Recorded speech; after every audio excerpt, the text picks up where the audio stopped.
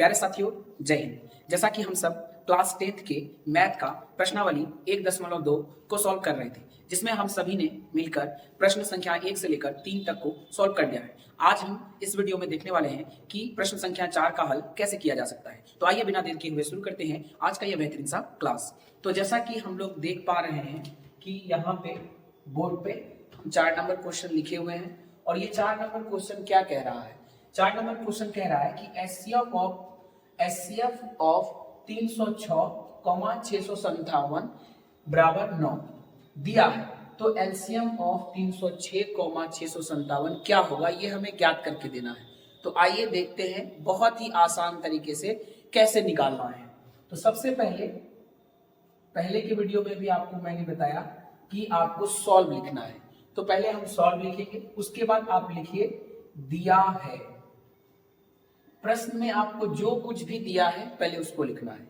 तो दिया क्या है, दिया है एचसीएफ ऑफ 306,657 बराबर 9।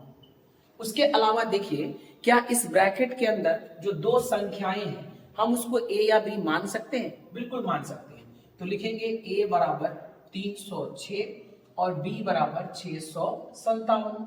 ठीक है, इतना किसी को दिक्कत नहीं है। अभी तक हम अपने मन से कुछ नहीं किए हैं, जो प्रश्न में दिया था उसी को कर रहे हैं। अब हमें निकालना है इसी का एलसीएम। तो लिखेंगे हम क्या, ज्ञात करना है। क्या ज्ञात करना है भाई? तो एलसीएम ऑफ 306,657 बराबर व्हाट, ये हमें ज्ञात करना है। यहां तक किसी को कोई परेशानी नहीं है। अब देखिए क्या करना है, लिखेंगे हम लोग चूंकि, है ना, इसको थोड़ा हम हाईलाइट कर देते हैं, ठीक है ना। चूंकि हम जानते हैं कि, क्या जानते हैं? हम ये जानते हैं कि ए गुना, हम ये जानते हैं कि एचसीएफ गुना एलसीएम बराबर ए गुना बी। मतलब अगर हमें दो संख्याएं दी गई है और उसका एचसीएफ और एलसीएम भी दिया गया है, तो वो दोनों संख्याओं का गुणनफल उस संख्या के एचसीएफ और एलसीएम के गुणनफल के इक्वल होता है।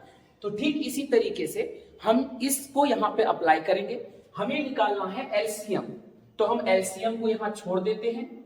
तो लिख सकते हैं एलसीएम बराबर ए गुना बी बटे में एचसीएफ।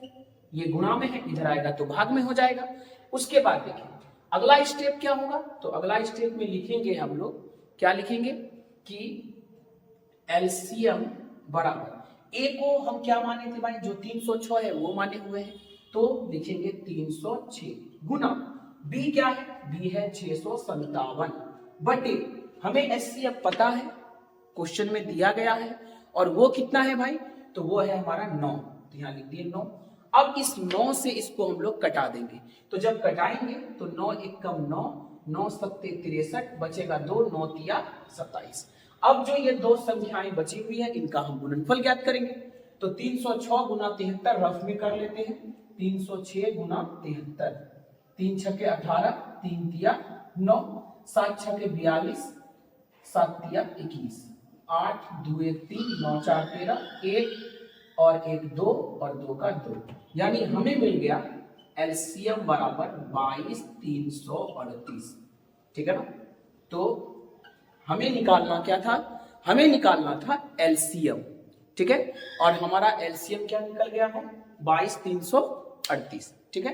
अब देखिए इसी के नीचे हमारा जगह यहाँ कम है, तो हम क्या काम करेंगे, ठीक है, हम यहाँ पर बगल में लिख देंगे अतः LCM of 306,657 is equal to कितना निकला, 22,338। तो हम यहाँ पे लिख देंगे 22,338, और यही हमारा फाइनल क्या हो गया, आंसर। इसको आप इस तरीके से घेर सकते हैं और बगल में आप आंसर लिख सकते हैं। तो आई होप आपको ये प्यारा सा क्वेश्चन जरूर समझ में आया होगा, और आप ये जान लीजिए कि आपके बोर्ड एग्जाम में इस टाइप के एक प्रश्न 2 अंक वाले सेक्शन में जरूर रहता है। ठीक है ना।